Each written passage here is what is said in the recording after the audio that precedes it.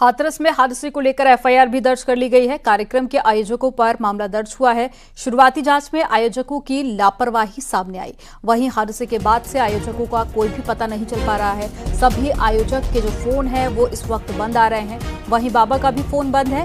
बाबा का भी कोई अता पता नहीं है।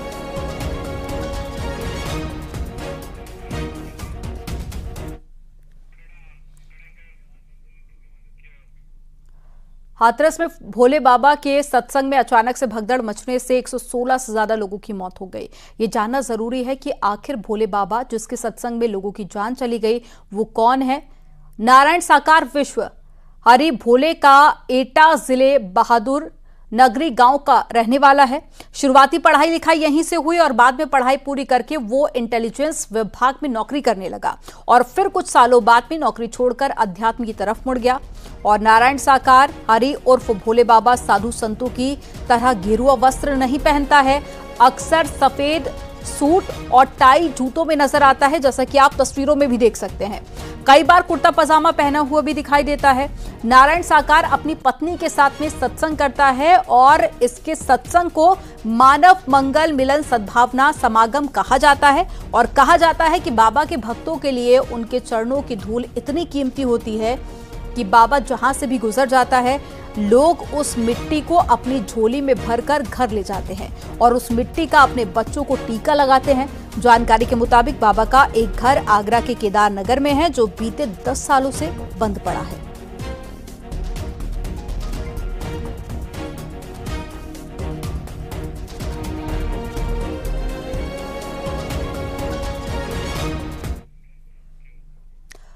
हाथरस में नारायण साकार हरि उर्फ भोले बाबा के सत्संग में हुए हादसे ने पूरे देश को हिलाकर रख दिया है। अब तक 116 लोगों की भगदड़ में मौत हो चुकी है।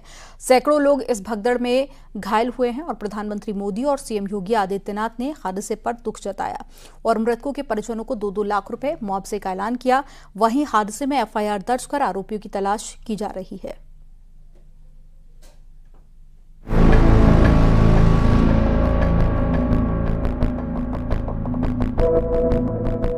भोले बाबा के सत्संग में भीड़ में दब गए। आप भी उस सत्संग में थी? जिन लोगों की इस हादसे में जान गई है मैं उनके प्रति अपनी संवेदना व्यक्त करता हूं। अरे एक भीड़ थी, वो एक दूसरे के ऊपर हो गए बच्चे।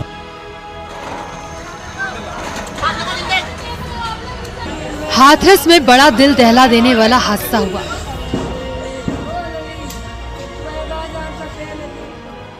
सिकंदरा राव थाना इलाके के गांव फुलराई में सत्संग के दौरान भगदड़ मच गई। नारायण साकार हरि जो भोले बाबा के नाम से भी फेमस है, उनका प्रवचन चल रहा था। तभी अचानक भगदड़ मच गई जिसमें करीब 100 से ज्यादा लोगों की मौत हुई है। मरने वालों में ज्यादातर महिलाएं और बच्चे शामिल हैं। हादसे में घायल कई लोगों को अस्पताल में भर्ती कराया गया है।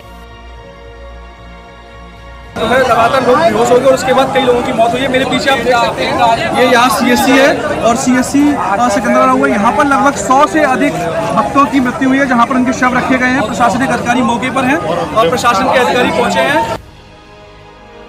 सत्संग में शामिल श्रद्धालुओं ने बताया सत्संग खत्म होने के बाद वापस जाने लगे, लेकिन बाहर निकलने का रास्ता तंग था, जिसकी वजह से धक्का मुक्की हुई और फिर भगदड़ मच गई। हम सत्संग में गए थे, विशाल थी और वहाँ पर बहुत सारी भीड़ हो रही थी। अचानक सत्संग खत्म हो गया, वहाँ पे बहुत सारी भीड़ हो रही थी। रास्ता जाम हो रहा था, निकलने के लिए जगह नहीं थी। तो एक दूसरे हम खेत की तरफ से निकल रहे थे, वहाँ बहुत सारी बाइक खड़ी थी और मैं मम्मी लिख रही थी। तो अचानक ही धक्का मुक्की हो गई, जगह नहीं थी पाँव धरने की। तो अचानक ही बहुत सारे लोग उनके नीचे कर गए, उनकी तो मौत हो गई। मेरे साथ आई थी, मम्मी की ऐसी हालत थी। हादसे के बाद एक तरफ चीख पुकार मच गई। लोगों को समझ ही नहीं आया अचानक क्या हो गया। सत्संग के भगदड़ में हुई मौतों में ज्यादातर महिलाएं शामिल थीं। अरे एक भीड़ थी, वो एक दूसरे के ऊपर हो गए बच्चे। आपके साथ कितने लोग आए थे? पूरी गाड़ी भर के आई थी, कमेटी आई थी, जयपुर की कमेटी आई थी। समापन के बाद में भीड़ एकदम से सब निकली गई, एक दूसरे के ऊपर सब हुई गए। आप भी उस सत्संग में थी? क्या क्या चल रहा था?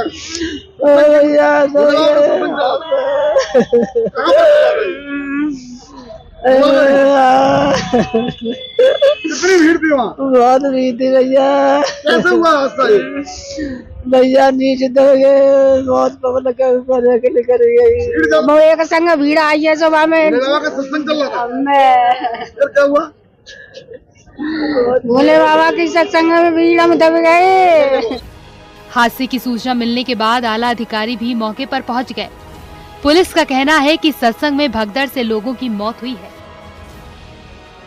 सिकंदरा राव के पास हाथरस जनपद में एक मंगलगढ़ी गांव है, वहाँ पे भोले बाबा का प्रोग्राम चल रहा था। ये जो सूचना प्राप्त हुई है उसमें भगदड़ से लोगों की डेथ हुई है।